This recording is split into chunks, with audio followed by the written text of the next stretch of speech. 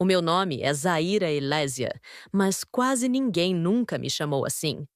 Na rua, eu era conhecida como a garota das latinhas, a menina do lixo, ou a pior de todas, a derrotada.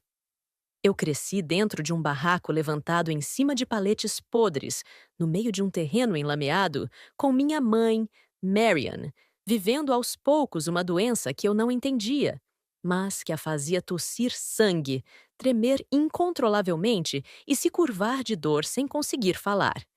Ela tinha lúpus sistêmico em fase avançada, mas isso só fui entender anos depois. Naquele tempo, eu só sabia que minha mãe morria aos poucos e eu não podia fazer nada. Com 8 anos, eu catava latinhas e papelão pelas ruas, saía antes do amanhecer e só voltava quando o carrinho estava cheio. Eu não sabia o que era alfabeto. Eu sabia o que era cobre, o que era lata pura e o que os ferro-velhos aceitavam sem reclamar. Nunca tive infância. Só tive calos nas mãos e frio dentro dos ossos. O frio era o pior. Não aquele frio comum que faz as pessoas ajeitarem seus cachecóis e reclamarem enquanto correm para seus carros aquecidos. Era um frio que entrava por baixo da pele, que se alojava nas juntas dos dedos e na base da espinha. Um frio que não ia embora nem quando o sol estalava no céu.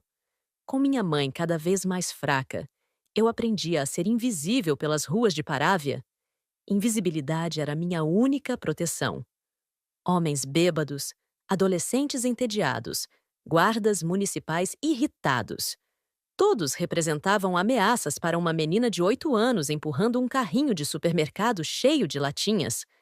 Aprendi a me esconder nas sombras dos prédios, a caminhar pelos becos estreitos, onde as pessoas ricas de Parávia não precisavam pousar seus olhos em mim. "Tira essa menina suja daqui!" gritou certa vez uma senhora de vestido florido, apontando para mim como se eu fosse uma barata em sua cozinha limpa. Eu nem levantei os olhos. Já tinha aprendido. Olhar para as pessoas ricas era pedir para ser expulsa, ou pior. Então, mantinha a cabeça baixa, os olhos fixos nas fendas da calçada, procurando moedas perdidas ou algo que pudesse ser vendido. Nossa casa, se é que aquele amontoado de madeira, lona e papelão podia ser chamado assim, ficava no final da Vila dos Sabiás. Um nome bonito para um lugar onde não havia pássaros, apenas ratos e o cheiro constante de esgoto a céu aberto.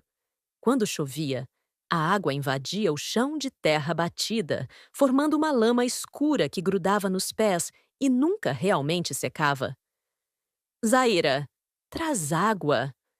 Minha mãe pedia com voz fraca nas manhãs em que suas articulações estavam tão inchadas que mal conseguia se mover.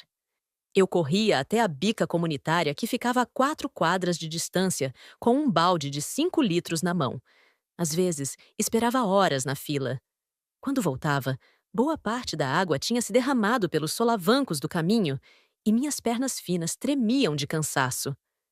"Desculpa, mãe, vou buscar mais", eu dizia, escondendo minhas lágrimas.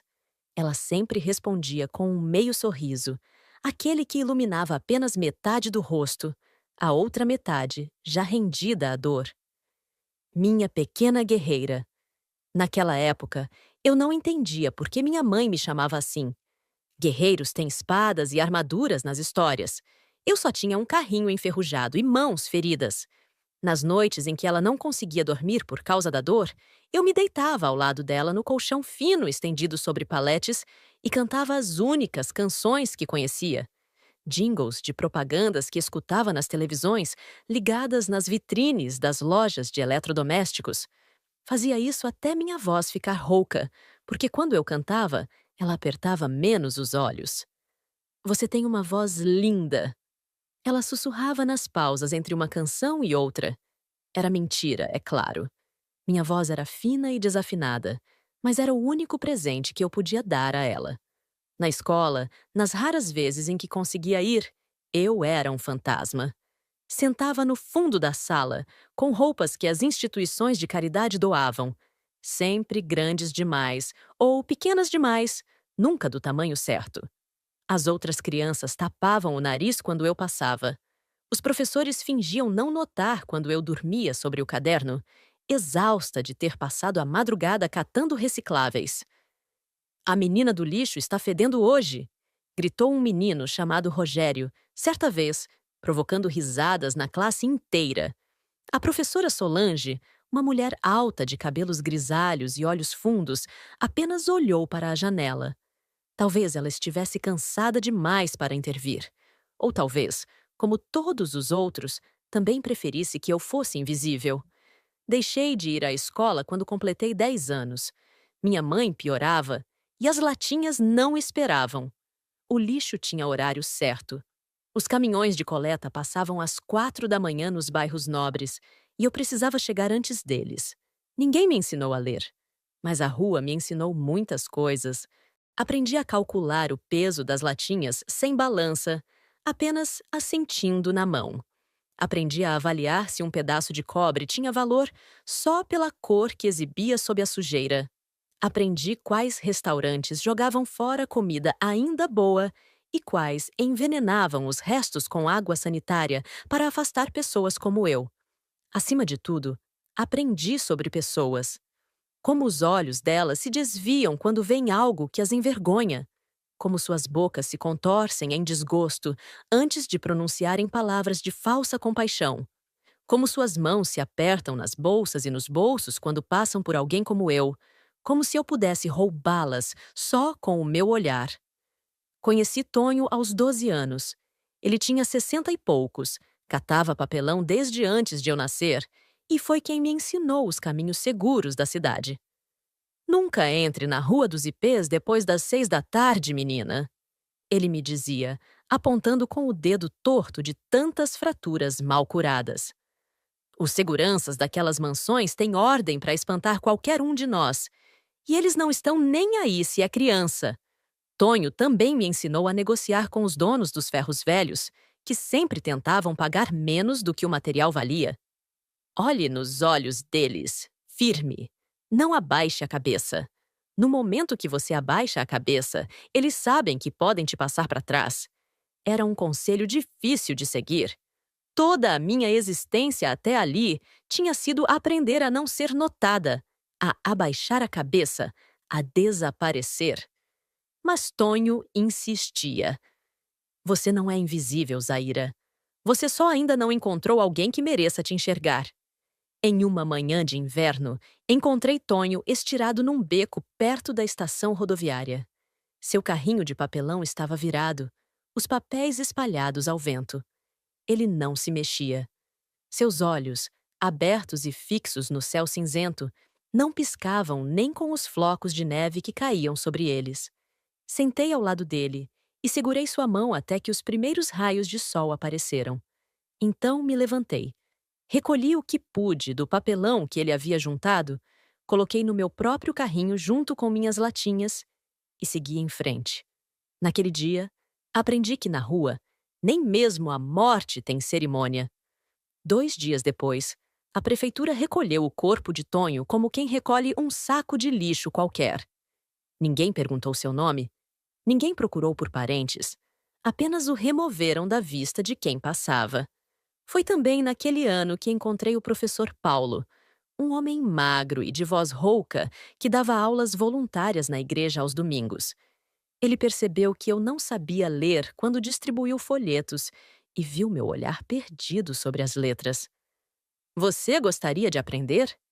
Ele perguntou com uma gentileza que me fez desconfiar. Ninguém era gentil sem querer algo em troca. Essa era outra lição da rua. Não tenho dinheiro, respondi, já virando as costas. E eu não estou vendendo nada, ele disse, sorrindo. Domingo que vem, 9 horas. Traga só sua vontade de aprender. Não fui no domingo seguinte, nem no outro. Mas no terceiro, a curiosidade venceu o medo. A sala nos fundos da igreja tinha mesas simples e cadeiras de plástico. 5 outras crianças, todas mais novas que eu, já estavam lá quando entrei. O professor Paulo não fez perguntas sobre minha ausência. Apenas sorriu e me entregou um caderno com meu nome escrito na capa. Zaira, em letras grandes e azuis. Como o senhor sabe meu nome? Perguntei suspeitando. Perguntei à senhora da padaria da esquina.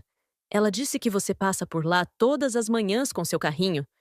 Fiquei espantada que alguém tivesse notado minha existência o suficiente para saber meu nome. Durante aquele ano, sempre que podia, ia às aulas de domingo. Aprendi a reconhecer as letras, a formar sílabas, a ler palavras simples. Quando consegui escrever meu nome completo, Zaira Elísia, pela primeira vez, sem erros, o professor Paulo bateu palmas e eu senti algo quente no peito que nunca tinha sentido antes. Orgulho. Levei o papel para minha mãe. Ela já não saía mais da cama naquela época. As manchas vermelhas em seu rosto tinham se espalhado e seus cabelos caíam em tufos sobre o travesseiro. Olha, mãe, eu escrevi meu nome. Ela pegou o papel com mãos trêmulas e passou os dedos sobre as letras, como se pudesse sentir o significado delas pela pele. Minha filha. Lágrimas escorreram por suas bochechas. Seu pai ficaria tão orgulhoso. Meu pai. Um homem de quem eu só conhecia histórias vagas, contadas em noites de febre quando minha mãe confundia presente e passado. Um homem que, segundo ela, tinha olhos como os meus e sonhava em ser professor. Um homem que morreu antes de me ver nascer. Um dia vou escrever um livro. Prometi, sem saber exatamente o que isso significava, mas sabendo que era algo que faria minha mãe sorrir. E ela sorriu. Aquele sorriso que iluminava o quarto inteiro, mesmo nas noites sem luz. A saúde de minha mãe se deteriorava a cada estação. No inverno, a pneumonia a deixava sem ar. No verão, o calor intensificava suas dores. As manchas vermelhas que começaram no rosto agora cobriam quase todo o seu corpo, e as articulações de seus dedos eram nós, doloridos que mal conseguiam segurar um copo d'água. Certa tarde, cheguei em casa e a encontrei ainda mais pálida que o normal, seus lábios quase da cor de sua pele branca. Zaira! Ela chamou com uma voz que parecia vir de muito longe. Larguei o carrinho na entrada do barraco e corri para o colchão. Estou aqui, mãe. Preciso que você me prometa uma coisa. Ela disse, fazendo pausas longas entre as palavras para recuperar o fôlego. Prometa que vai seguir em frente, que vai encontrar seu caminho neste mundo. A senhora vai ficar boa, respondi, segurando suas mãos frias entre as minhas. Só precisa descansar. Ela balançou a cabeça levemente. Não minta para si mesma, minha filha. Nunca. É a pior forma de se perder. Então ela me contou, em frases entrecortadas por acessos de tosse, como conheceu meu pai na biblioteca municipal onde ela trabalhava como faxineira. Como ele, um estudante de pedagogia cheio de sonhos, a ensinou a amar poesia. Como planejavam uma vida juntos quando o acidente o levou embora. Como ela descobriu que estava grávida no mesmo dia em que soube da morte dele.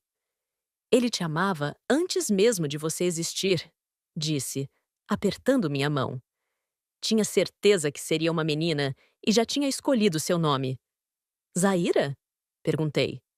Sim, Zaira significa flor que nasce entre pedras. Em um dialeto antigo, ele dizia. Nunca soube se era verdade ou se ele inventou isso. Seu pai tinha dessas coisas. Inventava significados bonitos para tudo.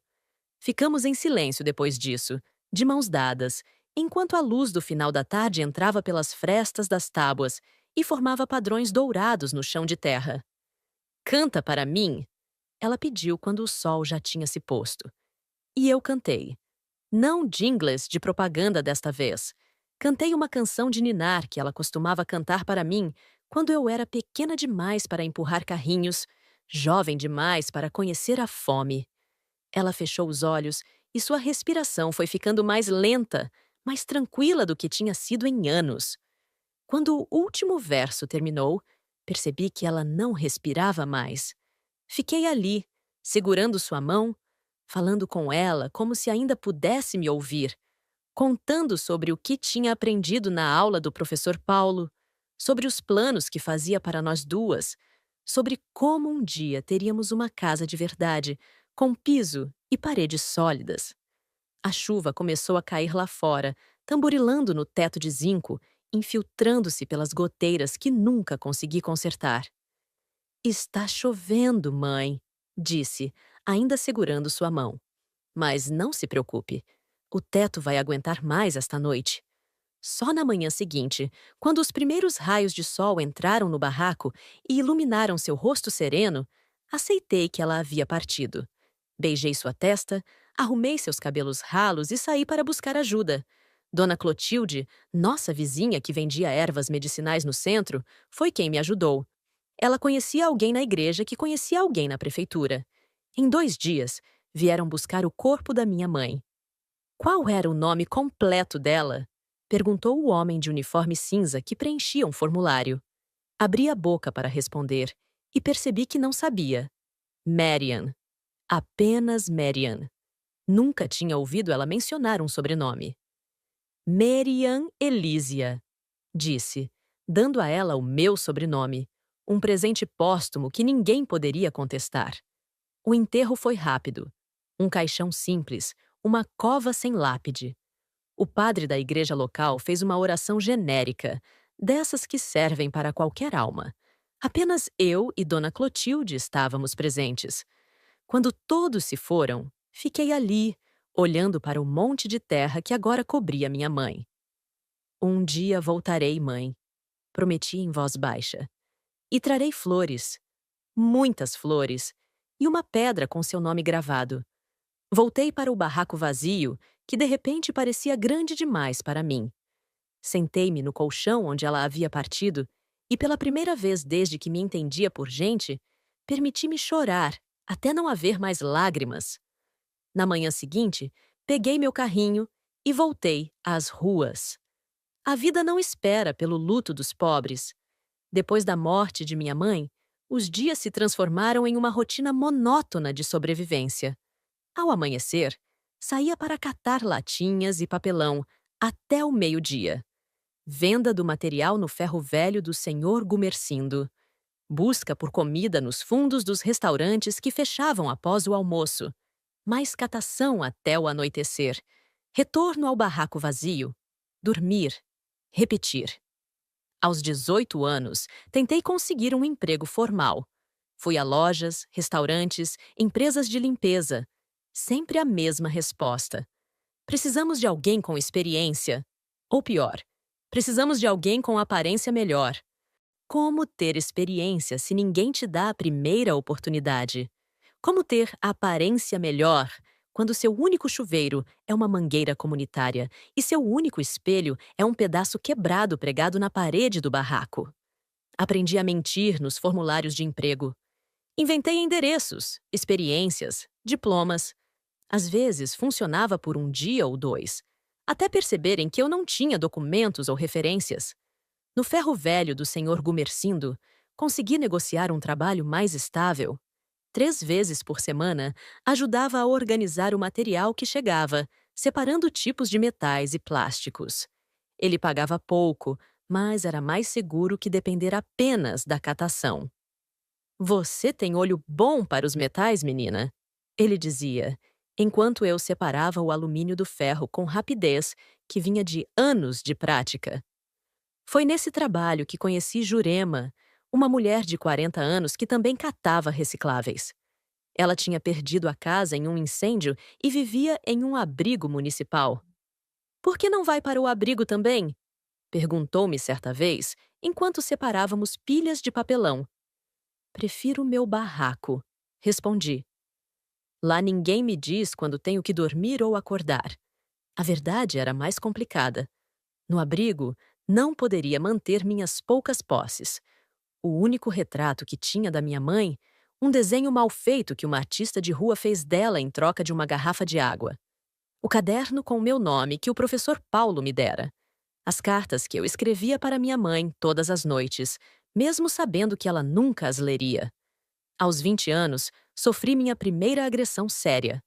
3 rapazes em um carro importado pararam perto do viaduto onde eu estava catando latinhas. Começaram a jogar garrafas vazias em mim, rindo. Quando tentei fugir, um deles saiu do carro. Vamos ver se a mendiga é bonita debaixo dessa sujeira toda, disse, agarrando meu braço com tanta força que deixou marcas roxas. O que aconteceu depois é uma memória que tentei enterrar fundo demais para desenterrar agora. Só sei que acordei horas depois, com dor por todo o corpo, meu carrinho virado e meu dia de trabalho perdido. Arrastei-me até uma fonte pública, lavei minhas feridas como pude e jurei a mim mesma que encontraria um jeito de sair daquela vida. Nos meses seguintes, evitei aquela área. Mudei meus horários. Comecei a carregar uma faca enferrujada que encontrei no lixo. Dormia com ela debaixo do travesseiro feito de roupas velhas. O medo se tornou meu companheiro constante, mais presente que a fome ou o frio. Foi nessa época que tentei trabalhar como doméstica. Uma senhora me viu catando latinhas e ofereceu trabalho limpando sua casa. Aceitei imediatamente. Seu nome era Dona Amara, uma viúva de 70 anos que vivia sozinha em uma casa modesta no bairro Jardim Europa. No primeiro dia, ela me mostrou detalhadamente como queria cada cômodo limpo. No segundo, reclamou que eu não tinha feito direito. No terceiro, gritou comigo por ter quebrado um bibelô enquanto espanava.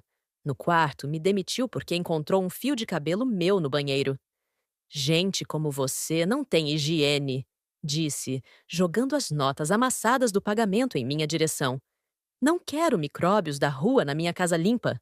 Saí de lá de cabeça baixa, com as notas apertadas na mão, pensando em como gastaria aquele dinheiro. Poderia comprar comida para uma semana, ou material para reforçar o teto do barraco antes das chuvas fortes que se aproximavam. Na esquina da casa de Dona Amara, um grupo de mulheres bem vestidas me olhou com nojo quando passei. Uma delas puxou a bolsa para mais perto do corpo, como se eu fosse roubá-la. Outra sussurrou algo, e todas riram. Eu já estava acostumada a ser tratada assim, mas naquele dia, algo dentro de mim se quebrou. Parei. Virei-me para elas e disse com voz clara: Eu não sou um animal. Sou um ser humano. Tenho nome. Me chamo Zaira Elísia. Elas ficaram em silêncio, espantadas, como se um poste de luz tivesse começado a falar. Então, a mais velha do grupo, uma mulher de cabelos tingidos e rosto esticado por cirurgias, disse: Vá embora, sua... Não ouvi o resto. Já tinha virado as costas e seguia meu caminho. Mas algo havia mudado. Eu tinha dito meu nome em voz alta. Tinha me afirmado como pessoa. Aquela noite, sentada no colchão fino do meu barraco, escrevi no caderno já gasto. Meu nome é Zaira Elísia. Não sou o lixo que cato. Não sou a sujeira das ruas. Sou uma pessoa. E um dia todos que riram de mim vão engolir o próprio veneno. Não sabia como essa promessa se cumpriria, mas pela primeira vez em anos senti algo além do medo e da resignação. Senti raiva. E a raiva, descobri, pode ser um combustível poderoso quando não se tem mais nada. Aos 22 anos, eu já tinha acumulado cicatrizes suficientes, físicas e emocionais, para várias vidas. Meu corpo magro carregava marcas de quedas, brigas, agressões. Meu rosto, antes infantil, agora tinha linhas profundas ao redor dos olhos, resultado de anos olhando contra o sol enquanto catava materiais recicláveis. Naquela manhã de outubro, o céu estava especialmente claro. O tipo de dia que faz as pessoas ricas saírem para caminhar com seus cachorros de raça e tomar café em mesinhas de calçada. Para mim, era apenas mais um dia de trabalho. Estava catando latinhas na Avenida das Acácias, no bairro nobre de Parávia, quando o vi pela primeira vez. Almir dos Santos Galiani. Não que eu soubesse seu nome naquele momento. Para mim, era apenas mais um homem rico, saindo de uma casa que mais parecia um palácio. Ele usava um terno cinza impecável e sapatos que brilhavam tanto que refletiam o sol. Dirigiu-se ao portão automático, apressado, falando ao celular. Quando me viu empurrando meu carrinho pela calçada em frente à sua mansão, interrompeu a conversa. Ei, você! Chamou, com a voz autoritária de quem está acostumado a ser obedecido. Você vai riscar minha calçada! Era uma calçada de pedra portuguesa, recém-instalada pelo que parecia. Parei imediatamente, acostumada a obedecer para evitar problemas. Desculpa, eu já estava indo, respondi, sem olhar em seus olhos. Comecei a manobrar o carrinho para sair dali quando ele se aproximou. Por reflexo, dei um passo para trás. Homens em roupas caras se aproximando de mim nunca tinha sido um bom sinal. Espere, ele disse, com um tom mais brando. O que você está coletando? Latinhas, garrafas, o que der para vender. Respondi, ainda sem levantar os olhos. Ele me observou por um momento e eu me senti desconfortável sob seu olhar analítico. Então, algo inesperado aconteceu. Ele sorriu. Não era um sorriso caloroso ou gentil. Era calculado, como se estivesse avaliando um objeto em uma vitrine.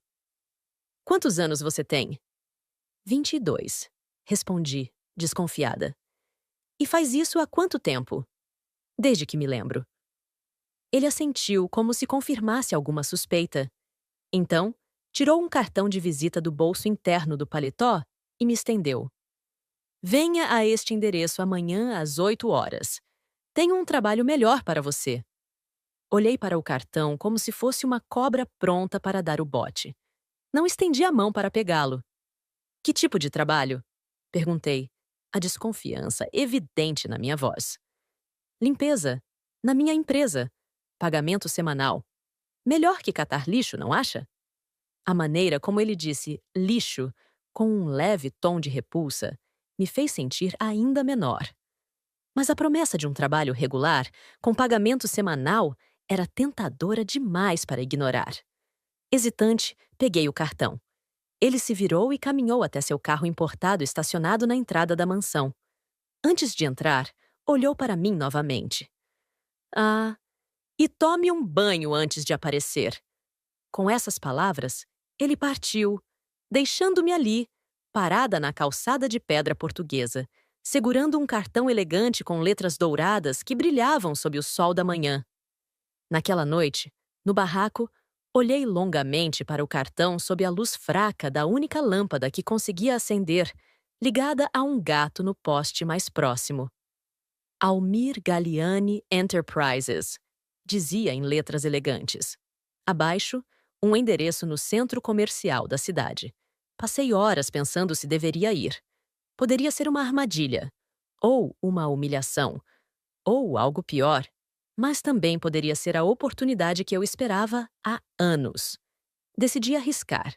Acordei antes do amanhecer, fui até a fonte pública e me lavei o melhor que pude. Vesti a única roupa que tinha em estado razoável, uma calça jeans desbotada e uma camiseta branca que ganhei na distribuição de donativos da igreja. Penteei meus cabelos com os dedos e prendi-os em um coque improvisado. Às 8 horas em ponto, estava na frente de um edifício comercial imponente no centro da cidade. O segurança da entrada me olhou de cima a baixo quando mostrei o cartão.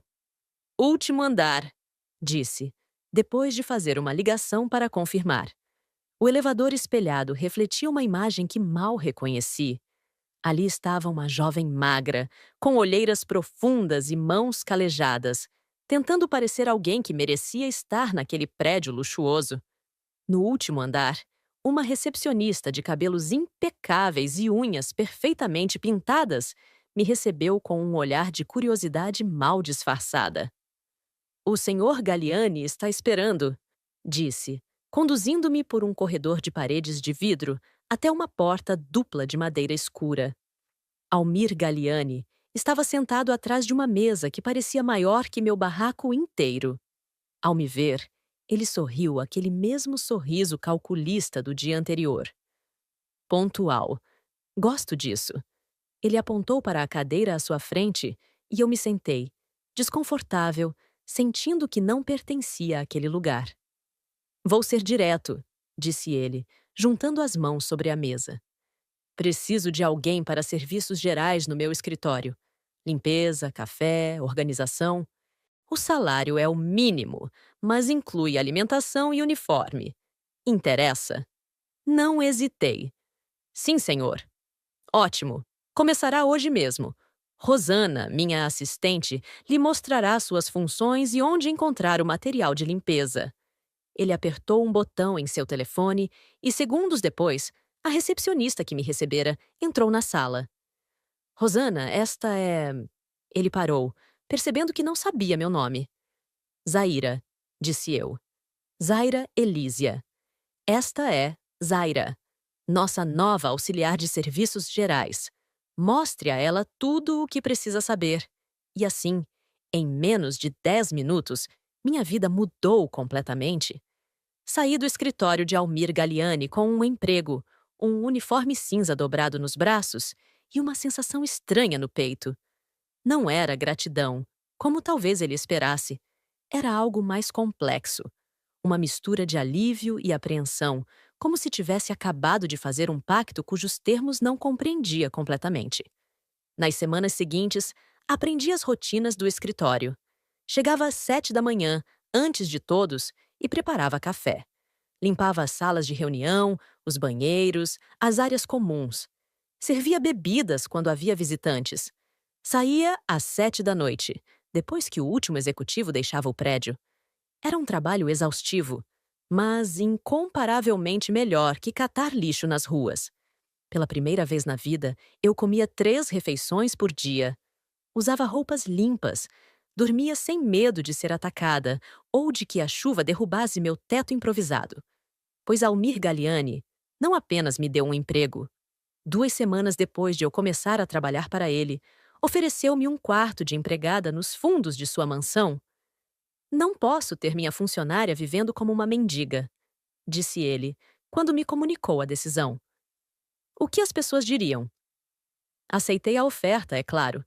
Quem recusaria trocar um barraco por um quarto com banheiro próprio, cama de verdade e água quente saindo da torneira? Naquela noite, recolhi as poucas posses que tinha no barraco. Meu caderno, o retrato da minha mãe, as cartas que escrevi para ela. E me despedi do lugar que, por mais miserável que fosse, tinha sido meu lar por tantos anos. Quando cheguei à mansão dos Galiani, uma empregada mais velha, Dona Zuleide, mostrou-me o quarto. Era pequeno, mas, para mim, parecia um palácio. Paredes pintadas de branco, sem rachaduras. Um colchão firme sobre uma cama de verdade. Um armário de madeira para minhas poucas roupas. Uma janela que se abria para o jardim dos fundos. O patrão é exigente, avisou Dona Zuleide antes de me deixar sozinha. Gosta de tudo impecável e não tolera atrasos. Sentei-me na beira da cama, tocando o lençol limpo com as pontas dos dedos, como se fosse feito de algo precioso. Deitei-me completamente vestida, sem coragem de sujar aquela brancura imaculada com meu corpo, que, apesar do banho recente, ainda carregava anos de sujeira das ruas impregnada nos poros. Chorei silenciosamente, pensando em minha mãe, desejando que ela pudesse ver onde eu estava agora. Veja, mãe, tenho uma cama de verdade? Sussurrei para o escuro. Na manhã seguinte, comecei minha nova rotina. Acordava às 5 horas, preparava o café da manhã para Almir, antes dele ir para o escritório. Depois ia com ele para trabalhar lá o dia todo. E à noite, voltava para limpar a casa. Nas primeiras semanas, manteve-se uma distância profissional entre nós. Ele me tratava como tratava os outros empregados, com educação fria e expectativas altas. Mas aos poucos, percebi seu olhar demorando-se em mim quando servia seu café. Notei como ele começou a fazer perguntas sobre minha vida, meu passado. Como alguém como você acaba nas ruas? Perguntou certa vez, enquanto eu limpava sua sala no escritório. Hesitei, mas acabei contando sobre minha mãe, sua doença, nossa pobreza. Ele ouviu com uma expressão de interesse que nunca tinha visto antes. Que história triste, comentou quando terminei. Mas veja como a vida dá voltas. Agora você tem um teto, comida, um trabalho digno. Não é impressionante como as coisas mudam?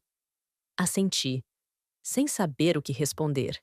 Ele sorriu, satisfeito, como se minha história fosse um presente que eu havia lhe dado.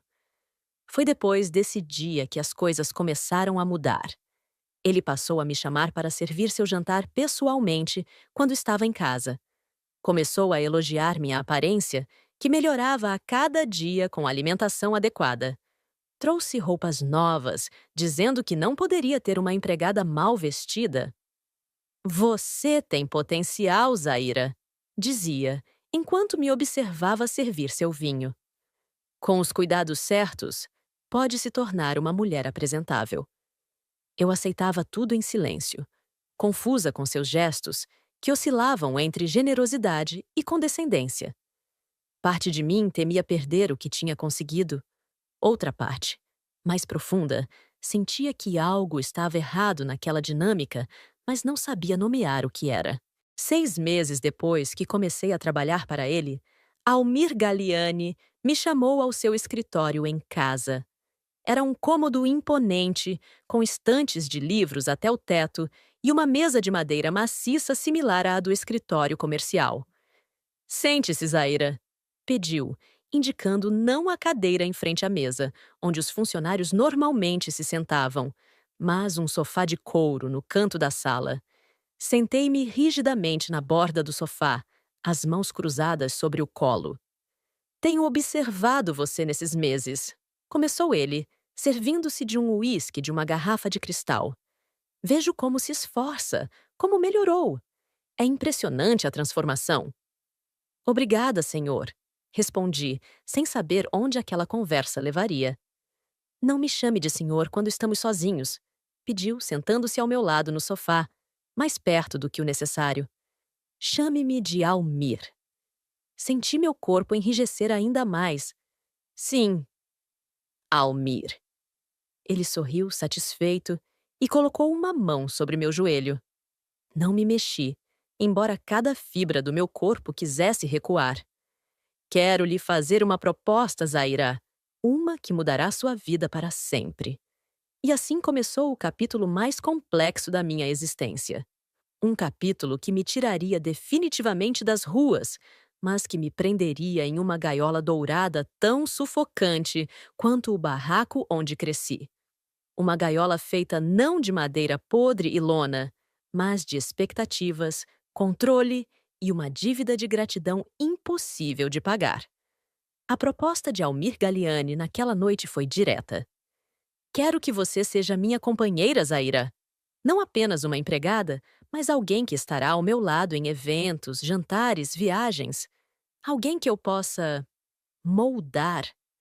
A palavra moldar saiu de sua boca como se ele estivesse falando de argila, não de um ser humano.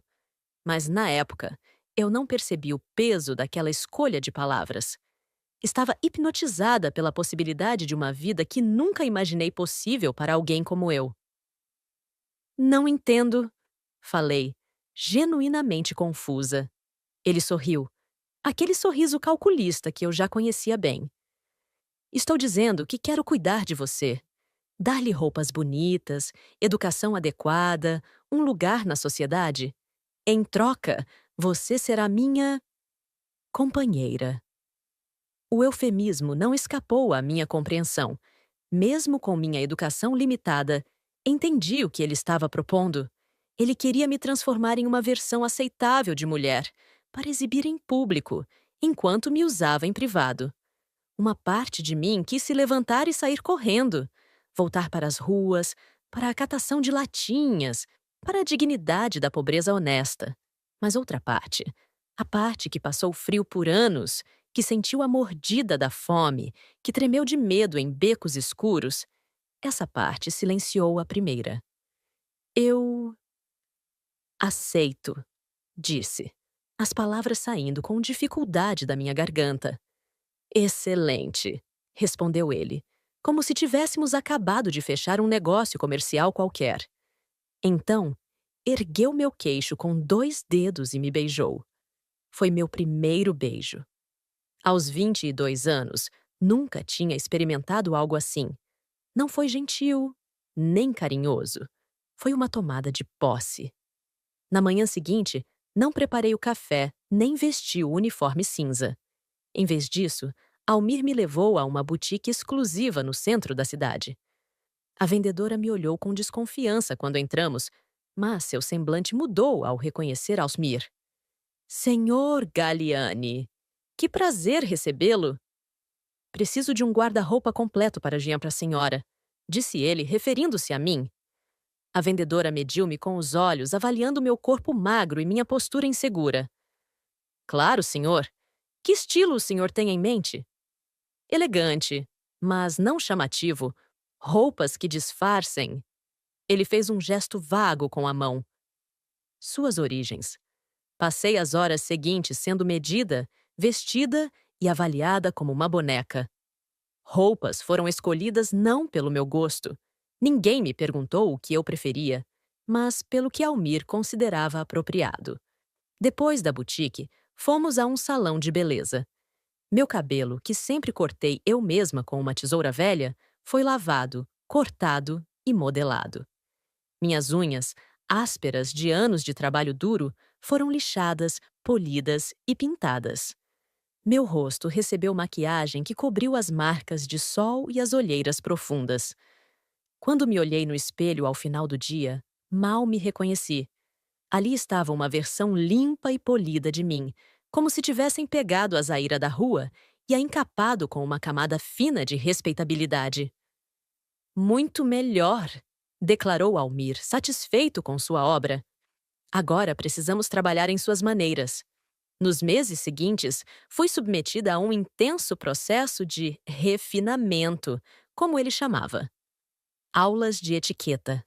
Lições sobre como segurar talheres, como conversar em eventos sociais, como andar, sentar, sorrir. Uma professora particular foi contratada para preencher as lacunas da minha educação interrompida. Aprendi a ler com mais fluência, a fazer contas básicas, a conhecer um pouco de história e geografia. Mas havia limites claros para o que Almir queria que eu soubesse. Quando demonstrei interesse em literatura mais complexa, ele disse que não era necessário. Você precisa saber o suficiente para não envergonhar-me em público, não para dar palestras acadêmicas, explicou com um tom jocoso que escondia uma ordem. O quarto dos fundos foi trocado por um cômodo maior na casa principal.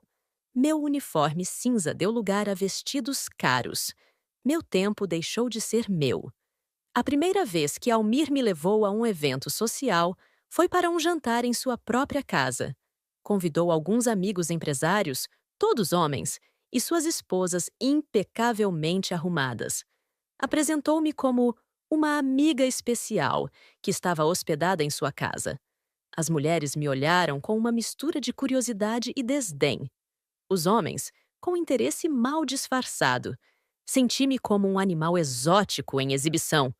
Durante o jantar, Almir fez questão de contar uma versão editada da minha história. Zaira teve uma vida difícil antes de nos conhecermos, disse ele, como se estivesse narrando um conto de fadas. Mas vejam como ela floresceu sob os cuidados certos. Os convidados assentiram, admirados com sua aparente generosidade. Um deles comentou: Você sempre teve olho para diamantes brutos, Almir. Sorri educadamente, como havia sido instruída a fazer, mas por dentro sentia um nó de vergonha e raiva crescendo. Não era um diamante. Era uma pessoa. Mas para eles, para Almir, eu era uma conquista, um projeto de caridade, um troféu. À noite, depois que os convidados foram embora, Almir me chamou ao seu quarto. Era a primeira vez que entrava ali. Um espaço imenso com uma cama king size e obras de arte caras nas paredes. Você se saiu bem, disse ele, desabotoando a camisa. Apenas fale menos na próxima vez. Sorria mais. Foi naquela noite que entendi completamente o preço do teto sobre minha cabeça, o custo real dos vestidos caros e das refeições regulares. Na manhã seguinte, enquanto Almir tomava banho, olhei-me no espelho do seu quarto. O reflexo mostrava uma mulher bonita, bem vestida, bem alimentada. Mas seus olhos, meus olhos, ainda eram os mesmos da menina que catava latinhas, assustados, desconfiados, presos. Os meses se transformaram em anos. Aos poucos, Almir foi me integrando mais à sua vida pública.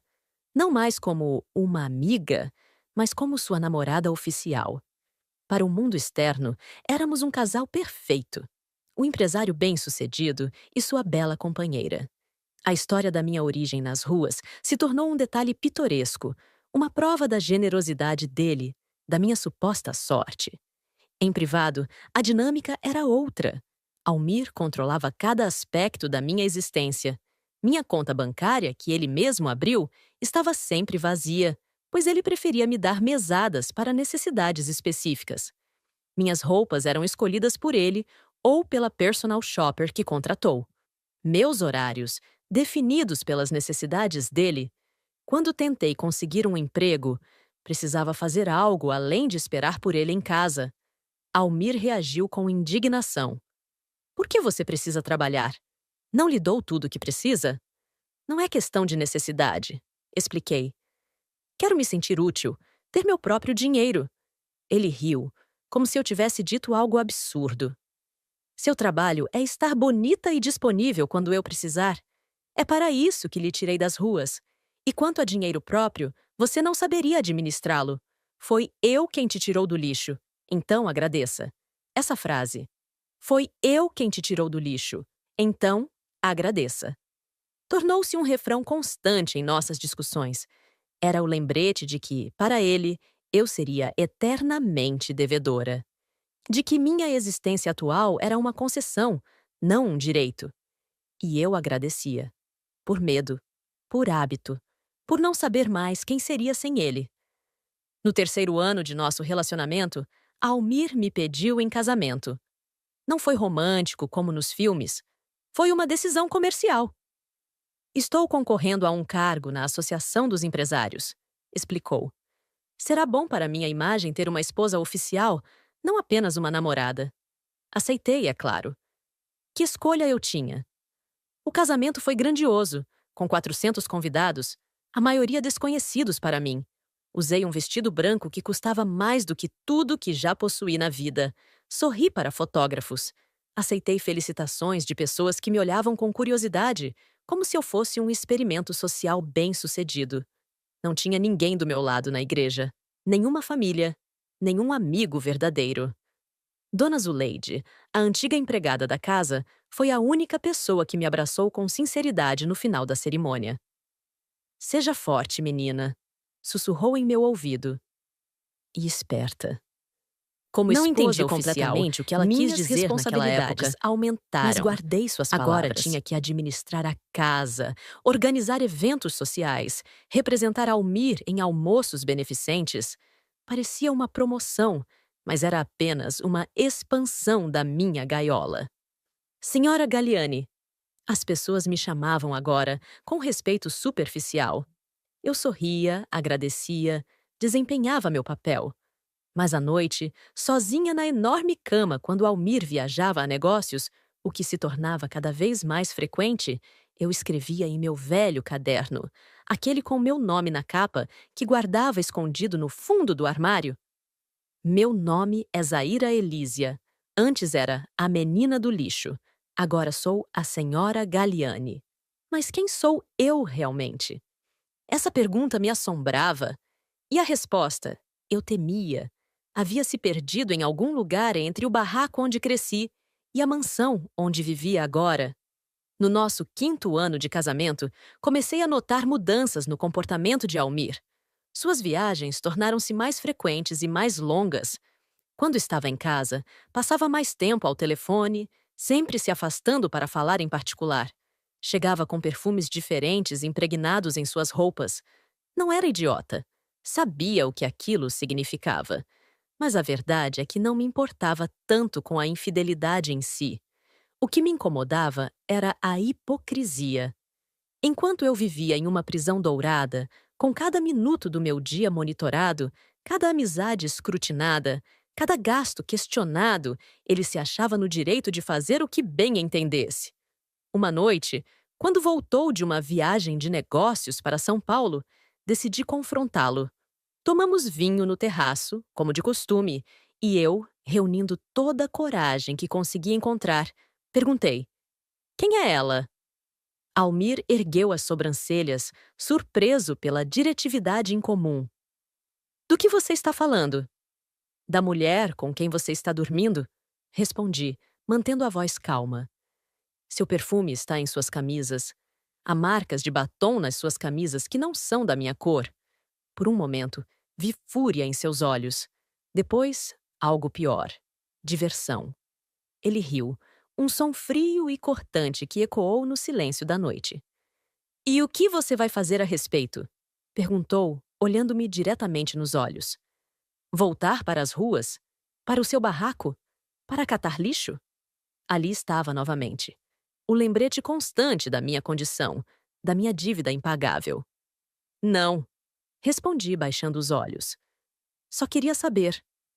Pois agora sabe, disse ele terminando seu vinho. E isso não muda nada. Você ainda é minha esposa. Ainda vive sob meu teto. Ainda veste as roupas que compro. E ainda deve ser grata por tudo isso.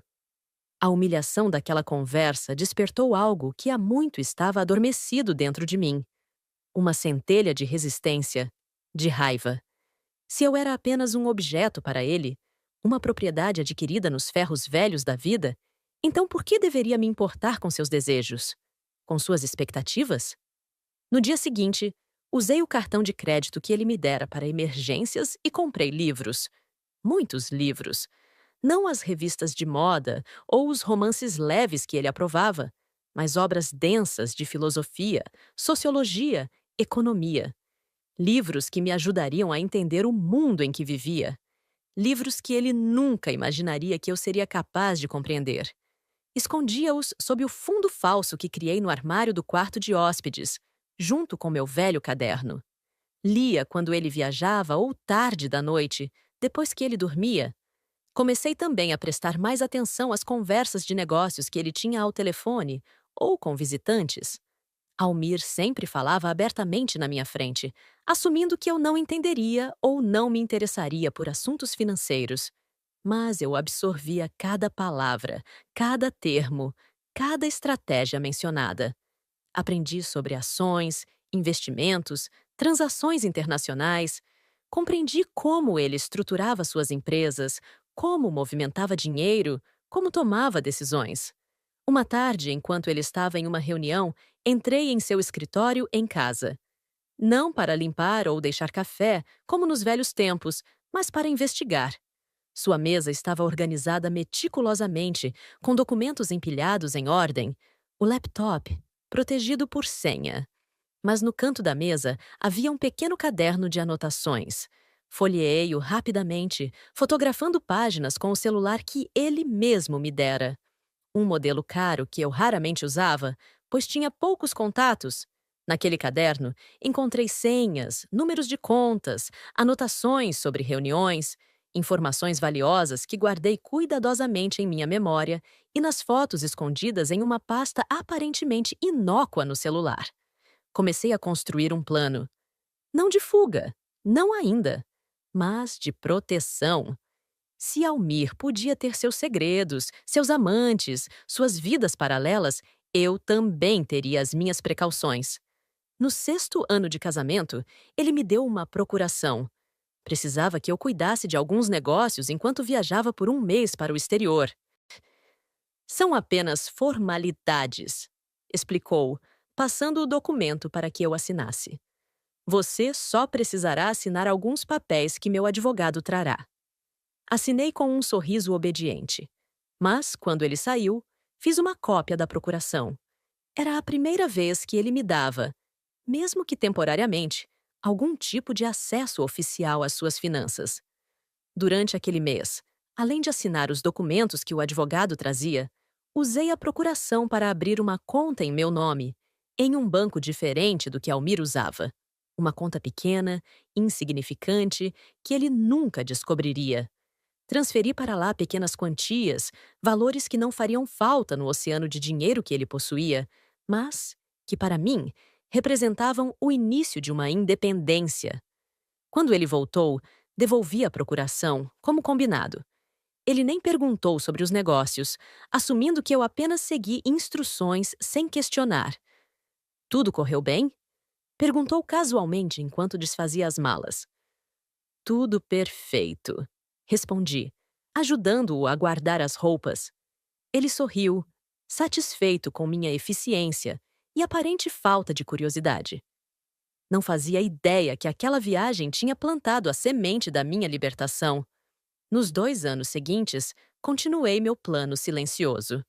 Quando era enviada para pagar contas ou resolver pendências bancárias, guardava cópias de extratos, anotava números de contas, observava procedimentos.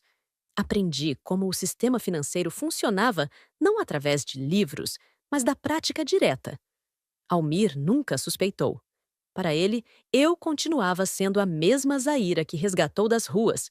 Agradecida, submissa, limitada. Uma boneca em sua coleção, não uma mente pensante com planos próprios. Esse foi seu maior erro. Subestimar-me. Achar que por ter nascido na pobreza, por ter crescido sem educação formal, eu seria incapaz de aprender, de evoluir, de resistir. Uma parte de mim sentia-se culpada pela dissimulação. Afinal, ele havia me tirado da rua, me dado uma vida de conforto material. Mas então, lembrava-me das humilhações diárias, do controle sufocante, das traições agora nem mesmo disfarçadas. Lembrava-me de como ele usava meu passado como uma arma para me manter submissa. Foi eu quem te tirou do lixo? Então, agradeça. E a culpa se transformava em determinação. No 7º ano de nosso casamento, comecei a perceber uma mudança mais profunda no comportamento de Almir. Ele passava mais tempo ao telefone, falando em inglês, idioma que aprendera nos últimos anos através de aulas secretas online. Mencionava Londres com frequência, falava sobre novos começos e oportunidades inexploradas. Algo estava sendo planejado, e eu não fazia parte desses planos. Uma noite, enquanto ele tomava banho, seu celular tocou sobre a mesa de cabeceira.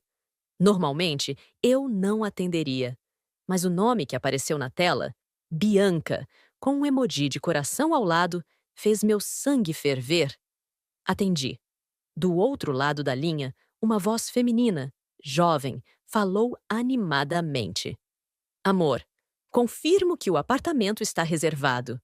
Vista para o Tamisa, como você queria.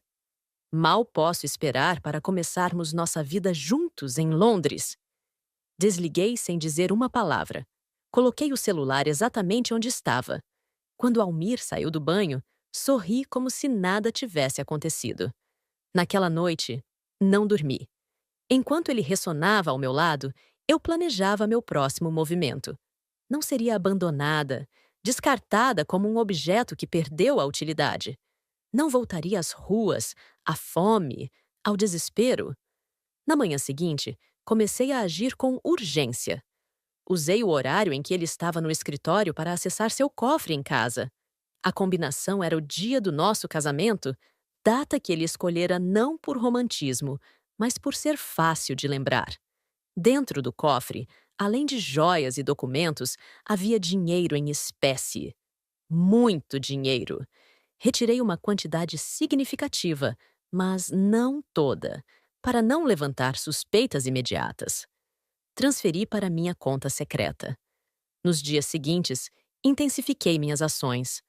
Usando a cópia da procuração antiga, criei documentos que me davam acesso a algumas de suas contas conjuntas.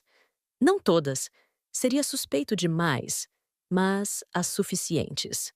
Consultei secretamente um advogado usando um nome falso para entender meus direitos como esposa em caso de divórcio. Preparei-me para todos os cenários possíveis. E então, esperei. Sabia que o momento chegaria logo. Almir estava cada vez mais distante, mais impaciente, mais descuidado em esconder seus planos. 2 semanas depois, aconteceu. Num dia em que ele havia dito que estaria em uma reunião de negócios, recebi uma mensagem no meu celular.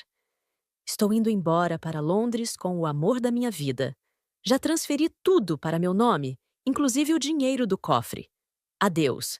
A frieza do texto, a covardia de terminar um casamento por mensagem, a presunção de que eu estaria desamparada. Tudo isso deveria ter me ferido profundamente, mas não feriu, porque eu estava preparada. Respondi apenas 2 palavras: boa sorte. E sorri, sabendo que a sorte que ele precisaria era muito maior do que imaginava. O plano de Almir era simples e cruel: abandonar-me sem recursos enquanto fugia para Londres com sua nova amante, Bianca. Ele acreditava ter transferido todos os ativos para seu nome pessoal, esvaziado o cofre, cancelado meu acesso às contas conjuntas. O que ele não sabia era que eu estava 2 passos à sua frente. 2 semanas antes de seu grande êxodo, eu já tinha descoberto tudo. Além das ligações interceptadas e das conversas ao telefone que ouvi escondida, encontrei passagens aéreas para Londres no histórico do navegador de seu computador. 2 passagens em classe executiva, nenhuma com meu nome. Encontrei também e-mails trocados com um corretor de imóveis britânico sobre um apartamento de luxo com vista para o rio Tamisa. Nas mensagens, Almir mencionava começar uma nova vida com sua parceira. Com essas informações em mãos, agi rapidamente. Primeiro, transferi quantias significativas das contas conjuntas para minha conta secreta. Não tudo seria detectado imediatamente, mas o suficiente para me garantir estabilidade por um bom tempo. Depois, contratei um advogado especializado em direito familiar. Não o mesmo que havia consultado anonimamente, mas um indicado por ele, conhecido por sua discrição e eficiência. Preparamos toda a documentação necessária para bloquear judicialmente as tentativas de Almir de alienar bens que legalmente também me pertenciam como esposa. Emiti um alerta no banco principal de Almir, usando a procuração que ele me dera anos antes e que, tecnicamente, nunca tinha sido formalmente revogada. O alerta impedia transferências internacionais sem dupla verificação, incluindo minha assinatura. Por fim, retirei do cofre não apenas dinheiro, mas todos os documentos importantes: escrituras de propriedades, contratos de investimentos, apólices de seguro. Fiz cópias de tudo e devolvi os originais, para não levantar suspeitas. As cópias foram entregues ao meu advogado como garantia. Quando recebi sua mensagem de despedida, estava não apenas preparada, mas um passo à frente em um jogo que ele sequer sabia que estávamos jogando. Nos dias seguintes ao seu desaparecimento, mantive a calma. Não liguei para seu celular, não demonstrei desespero, não procurei por ele. Isso o deixaria intrigado, tenho certeza, mas também aliviado por não ter que lidar com uma esposa abandonada em prantos. Enquanto isso, as armadilhas que preparei começaram a se fechar ao seu redor. A primeira surpresa de Almir deve ter sido ao tentar acessar suas contas no exterior.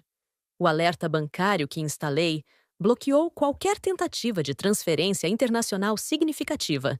Ele provavelmente ligou para o gerente, furioso, apenas para descobrir que precisava da minha assinatura ou presença para prosseguir.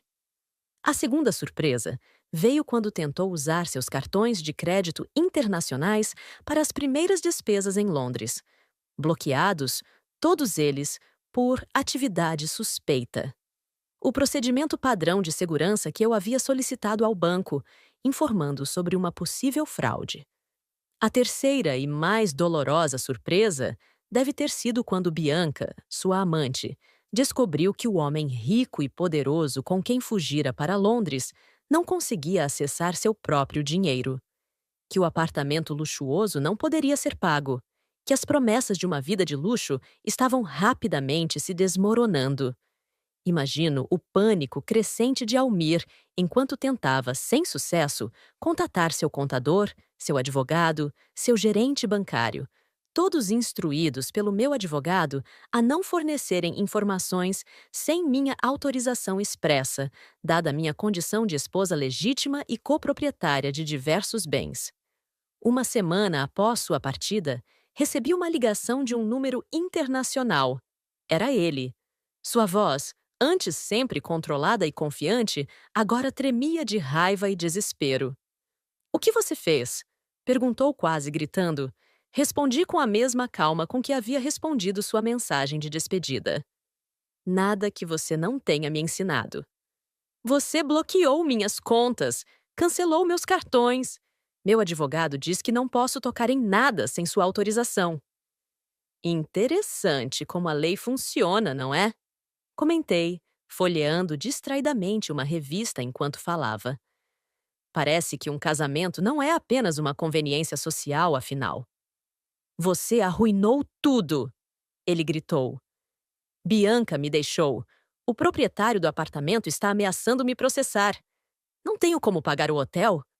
Uma pontada de satisfação percorreu meu corpo ao ouvir essas palavras. Mas mantive a voz neutra.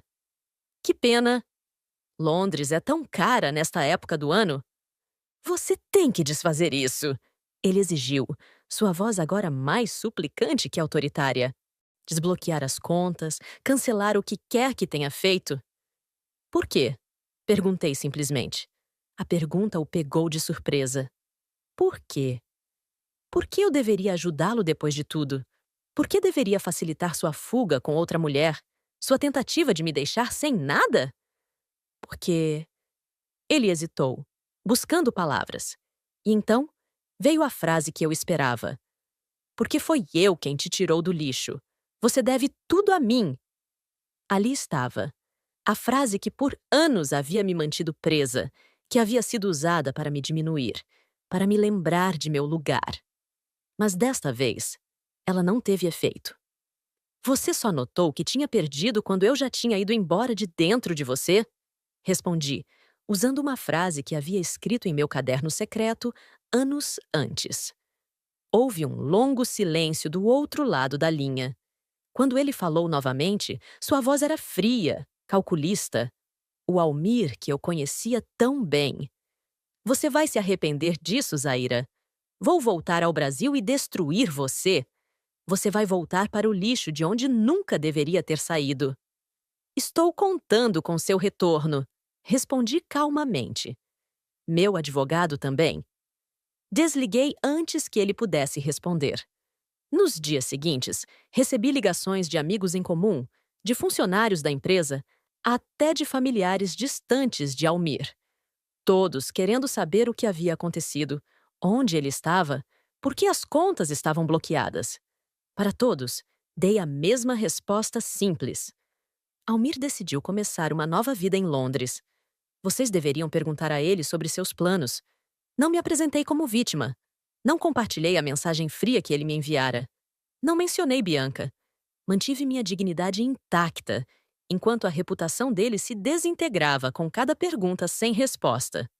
2 semanas depois da ligação, recebi a notícia que secretamente esperava. Almir havia sido detido no aeroporto de Heathrow, tentando embarcar de volta ao Brasil, usando um passaporte com inconsistências. Aparentemente, na pressa de resolver seus problemas financeiros, ele havia tentado usar documentos alterados para burlar alguma restrição de viagem. Estava preso por uso de documento falso. Meu advogado me aconselhou a não intervir, a deixar que ele enfrentasse as consequências legais de seus atos. Mas algo dentro de mim, talvez um último resquício da menina grata que um dia fui, me fez enviar um advogado britânico para auxiliá-lo. Não para livrá-lo da prisão, mas para garantir que tivesse um julgamento justo.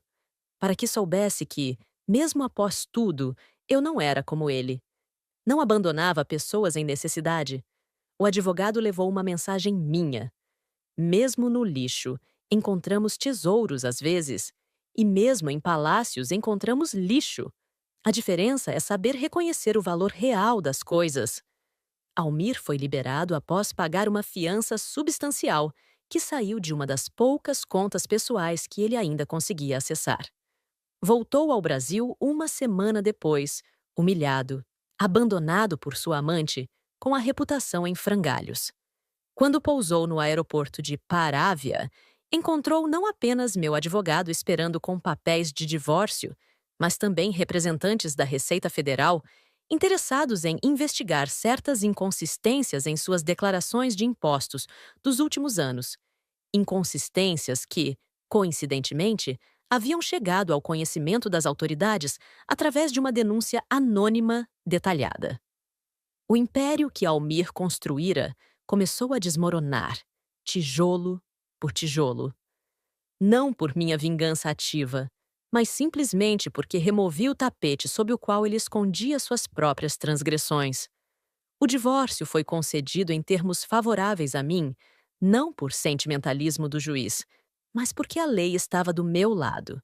Como esposa legítima, tinha direito à metade dos bens adquiridos durante nosso casamento. Como vítima de abandono material, tinha direito à indenização. Quando tudo terminou, eu não era rica como Almir tinha sido. Os processos, as multas, as investigações fiscais reduziram significativamente o patrimônio a ser dividido. Mas eu tinha o suficiente. O suficiente para comprar uma casa modesta em um bairro tranquilo. O suficiente para viver com conforto sem precisar trabalhar imediatamente. O suficiente para recomeçar. A última vez que vi Almir foi na audiência final do divórcio. Ele estava magro, abatido, com olheiras profundas. Olhou para mim com uma mistura de ódio e admiração relutante. "Você me destruiu", disse em voz baixa quando passamos um pelo outro no corredor do tribunal. "Não", respondi, olhando-o diretamente nos olhos. "Você se destruiu quando esqueceu que eu também sou um ser humano, não uma propriedade. Quando achou que podia me usar e descartar como um objeto. Quando subestimou a menina que catava latinhas. Virei as costas e saí, sentindo seu olhar furioso me acompanhar até a porta. Aquela foi a última vez que nos vimos ou falamos. Almir eventualmente se recuperou parcialmente, reconstruindo uma fração de seus negócios. Mas nunca recuperou seu status anterior, sua reputação, sua posição de prestígio social. As portas que antes se abriam para ele agora permaneciam fechadas. Os amigos que o adulavam agora evitavam sua companhia. Eu, por outro lado, floresci na minha nova liberdade. Comprei uma casa branca com uma varanda silenciosa, onde podia sentar e ver o pôr do sol sem precisar prestar contas a ninguém. Adotei um gato de rua, malhado e desconfiado como eu havia sido. Chamei-o de Tonho, em homenagem ao velho catador que me ensinou os caminhos da cidade tantos anos atrás. Com tempo e recursos, voltei a estudar. Completei meu ensino fundamental e médio através de programas para adultos. Entrei na faculdade aos 30 anos, estudando serviço social. Uma escolha que fiz conscientemente para poder ajudar pessoas que, como eu, nasceram sem oportunidades. E todas as noites, antes de dormir, olhava para a frase que havia colado no espelho do meu quarto.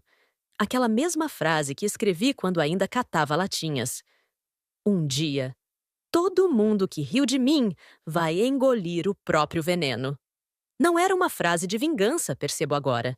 Era uma promessa de justiça, de equilíbrio restaurado, de um mundo onde mesmo a menina do lixo pode se tornar protagonista de sua própria história.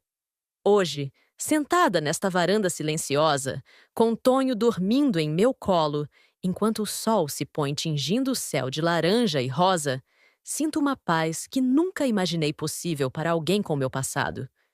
Não é uma felicidade eufórica, daquelas que explodem em gargalhadas. É algo mais profundo e duradouro. É a satisfação de saber que superei não apenas a pobreza extrema, a fome, o desamparo, mas também a riqueza vazia, o controle sufocante, a falsa caridade. Que aprendi a andar com minhas próprias pernas, tanto nas ruas enlameadas da miséria, quanto nos corredores polidos do poder. Que finalmente posso dizer com absoluta certeza: meu nome é Zaira Elísia. Não sou a menina do lixo, nem a senhora Galiani. Sou simplesmente eu mesma. E isso é mais que suficiente. E foi o que aconteceu. Gostou do vídeo? Deixe seu like, se inscreva, ative o sininho e compartilhe. Obrigada por fazer parte da nossa comunidade. Até o próximo vídeo.